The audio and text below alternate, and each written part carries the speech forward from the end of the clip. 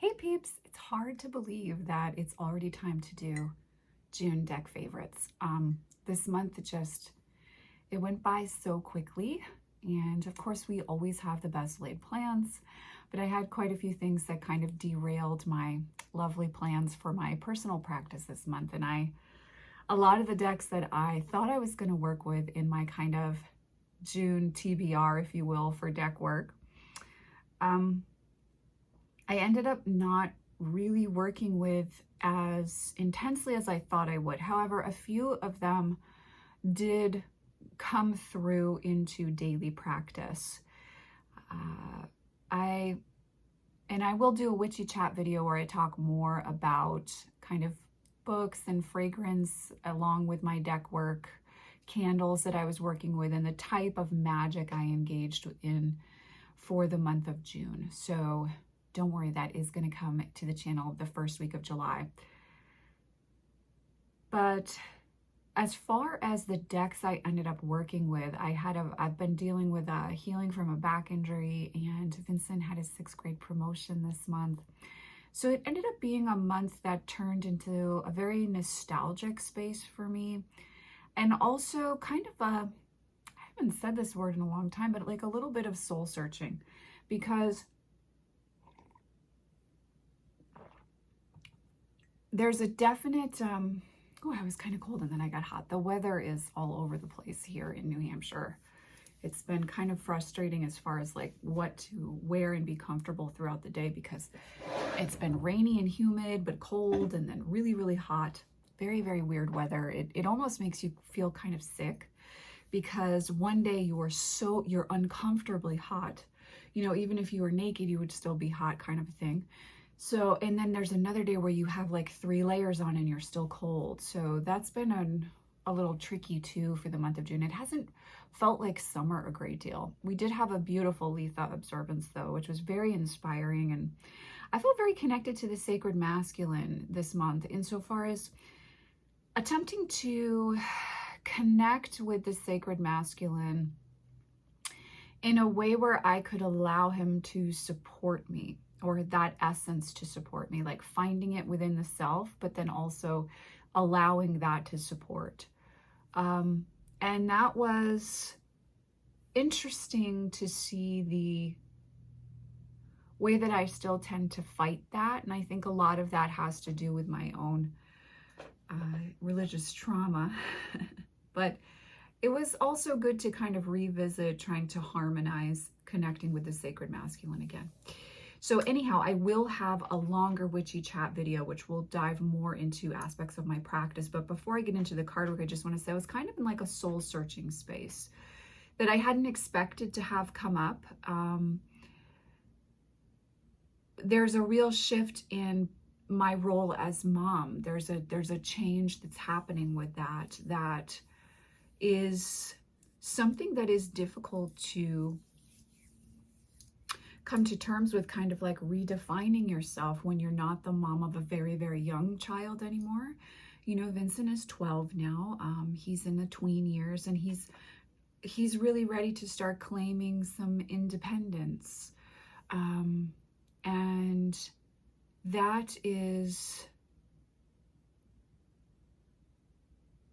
not easy. That's not, well, I shouldn't say it that way. It's exciting for him. And you feel an affirmation as a parent that you're doing the best work that you can. But it's difficult in that all of a sudden in my evening time, or as I move through my summer day schedule, things are different than they used to be. And, there's more of a space as a parent of like, okay, what's the screen time more than ever, because there's lots of gaming with friends in the summer kind of thing. It's not so much about getting to the beach, and it hasn't really been a year where we can get to the beach, is because other than the last week, it hasn't been sustainably warm enough for the water to be warm enough here. And usually I work in the morning. Typically my summer schedule has been like, I get up at 4 a.m. and I work until around lunchtime, and then I'll try and get Vincent to the water, whether that's the lake here in the Lakes region or the ocean. And it really hasn't been a summer like that. So it's been a time where I can feel a change in our life and our schedule. And, on top of that, I think all of us are feeling the crunch from a financial perspective of needing to be more aware of, you know, saving and spending. And certainly here stateside, the housing crisis is very real. And so, you know, as rates get raised that you weren't planning on, you're trying to adjust for that, and there's a different feel. So I think it's definitely been a time of soul searching and how can I be present and feel gratitude to where I am. So I ended up working with different decks this month than I had intended to, I think because of all those factors. And, you know, I'm also going through like a transition in my personal journey with friendships and the energy that I'm able to invest in connections. And that's been really, in some ways, very inspiring as I've been able to connect with some people I've really wanted to get to know better. But also like having some shifts in my physical experience too. And so I kind of wanted some decks that were friends around. So this is the list that I ended up working with this month. And first on the list is Alice the Wonderland. It did get the most screen time, if you will, this month because it's so real. And sometimes you just need a friend that's going to say, honey, I love you, and here's how you're making your life harder. Or I love you, and here's where you're not seeing how good you are or how well you're doing. Here's where you could let yourself off the hook a little bit. Or maybe here's where, you know, you do need to pay a little bit of attention to this. You need to be real about that. This deck is very much that kind of energy. And I've been working with Hecate a lot personally. And Alice the Wonderland has kind of been a threshold space to make those connections. And especially with the sustained physical discomfort I've been dealing with the end of this month, there's something about Alice the Wonderland Oracle that's very real about physical and body aspects of life too, that I really enjoy. And so, you know, continuing an encouragement of like, I drew a lot of keeping up and TikTok and that kind of energy in this deck. Yeah, here's the keeping up card right there. Of like, okay, this is going to be to the wire, but you can do this. And here's how we're going to best budget our energy levels, right? Here's the use your time well card there. That's I think I always call it TikTok, but it's use your time well. This is just a really great deck for that. It's a really great companion deck for the journey of life. So if that's a space you're in, this is a wonderful option for you, but it's definitely been one of my most used decks this year. The other deck I've been using a lot is the Void Tarot. Now, I don't talk a lot about the Void Tarot and Tarot Vampires because I use those two decks daily, year round, every day. I have a main altar in my house and I pull from those two decks every single day. And so I don't want to only be talking about those decks on the channel, right? But this month, particularly the end of this month, I have really been just not only working with her for daily draws, but just feeling her sisterhood and the depth of the red. Something happened the other morning with this deck where I was like, I really am seeing the gradations of red in this deck. And that's, of course, very root chakra, very much reference to the blood, to passion, to vampirism, of course. But something about that has really felt inspiring to me. It's kind of piqued my curiosity. And I found myself writing a lot more poetry the end of this month. And this deck is just very inspiring when it comes to the poetry aspect for me. I feel inspired to write when I look at the imagery in this deck. And it's so Rider-Waite-Smith true at the same time that it's also a comforting deck in that if I'm having a day where I'm particularly exhausted, I can just pull from this and go with the Rider-Waite-Smith meaning, and that's okay. I don't need to try and find more meaning than maybe there in that moment with the traditional meanings of the cards. So I've really, really been loving this deck, and I just wanted to express that, you know, it is one that I do use daily year round since I was gifted it. But for this season particularly, I feel like this one's really coming forward and really wanting to be a sister, offering support and inspiration, and particularly from a poetry standpoint, been very, very creatively inspiring for me. So that is the Void Tarot. It's an independently produced deck by Sarah Neeson. Please forgive me if I'm mispronouncing her name. She does post re-releases here and there on her Instagram page. I will try to remember to put that in the description box down below. A deck I did have on my list that I wanted to work with, that I actually did work with this month, is the Casanova Oracle. There's a lot of nudity in this deck, and so I'm actually not going to show the imagery, because my last one where I did this, the video ended up getting flagged because of this deck. So I'm just going to hold it like this. This is a mass-produced deck called the Casanova Oracle. I wanted to use it in conjunction with Venus, and particularly at the beginning of this month, I worked with this one a lot. It was eerily spot on, but also like kind of encouraging to try something new. It was very much like inspiring me to maybe get out of my comfort zone a little bit when I left the house at the beginning of this month, and just be open to new experiences. So it's kind of like the younger sibling. If the Void Tarot is the older sister and Alice the Wonderland was an aunt, this deck is very much like the younger sibling, encouraging you to go out after hours by sneaking out the window. You know what I mean? And it's a very sensual deck, as one would think. So it was really beautiful to start building friendship again with my body and enjoying it from a sensual perspective. So if you're looking to connect with Venus and experience that, or if you want to connect with the sacred masculine in a very fluid, erotic way, this is a really beautiful deck to do that with. And the colors and the imagery, it's very Marie Antoinette, Sofia Coppola version, and really, really enjoyable.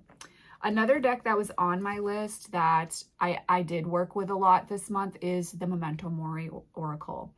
I have been feeling Santa Muerte to come forward more often. And this deck is a very easy threshold for us when we're connecting. In addition, I just love this deck. And sometimes when I'm very tired, it's like when you want that book that you've read 17 times but you love, and you just want to like hold it and reread certain passages. This has really become a deck like that for me. And so just kind of having it around and being able to shuffle her and pull from her has been really, really beautiful. And also I've been preparing to read some Edith Wharton. And there's something about the Victorian Edwardian vibe to this deck that I feel like pairs very well with Edith Wharton's work. And so this has been like a fun deck to have while I've been kind of preparing myself to connect with her. And I was talking to my Patreon peeps about Edith Wharton the other day in our book club, because I have a lot of associations with Edith Wharton. It's a very personal author for me. And this deck holds a similar space to that. And also just wanting to slow down and savor the moments, you know, and not need to, I don't know, something about tea and the ritual of tea as I move through the day, it offers me that opportunity between readings, having a cup of tea and a snack or something I may have baked in the kitchen, and slowing down and enjoying that ritual. This is a deck, just like Antique Anatomy, that really wants to be part of those rituals we do throughout the day that let us slow down and savor. So really, really been loving tapping into this deck as my security blanket through the month. The other deck I've been working with a great deal is the Cave of Sybil Oracle for Nighttime Magic. This is not a deck for the faint of heart, and it's not a deck that's meant to be used like other decks. It's very much a dark, feminine, nighttime magic ritual oracle deck. And Tierra May knocked it out of the park with this one, and I've been working with it a lot for shadow work and for this soul-searching aspect that I referenced at the beginning of the video. In June, that really has come up for me a lot, and this is a deck that gives me more questions, and so that leaves more space for journaling and for being open to growth. And I will also I just want to affirm for everyone who has this deck, like, I draw a card from this deck and I either work ritual magic and journal, or just journal with the card for at least 3 nights. I don't pull multiple cards from this deck. I'm not working card spreads, and I'm not feeling a need to move quickly. And I would just offer, if you're wanting to work with this deck but you feel a little bit nervous, that can be a really helpful way in. I think the more time you take with each card, the more you will understand the deck and the more wisdom she can offer you. But magical workings with this deck are no freaking joke. I do intend to talk about that in another video. The last deck I want to talk about that I worked with a great deal this month, is the Death Doula Oracle. I think, you know, there are seasons where I'm like, oh, I'm not really feeling called to work with the Death Doula, and so we'll take a little break. But when she comes forward, it's quite poignant, and it always signifies a rite of passage, Santa Marta again, and this sense of shifting. And so the soul-searching aspect, this deck has held a really lovely space for. I've also found I've been working with it a lot in client work towards the end of this month as well. So the Death Doula Oracle is one that I recommend highly. It is going to be in my top 5 Oracle decks of all time whenever I actually get to making that video. But it's really, really unique. It's quite haunting and poignant. It's very nostalgic. And it's also very much that liminal space of the in-between and the threshold crossing that it offers you insight into as you shift from one way of being into who you are becoming. And there is a door that closes when we step through those spaces.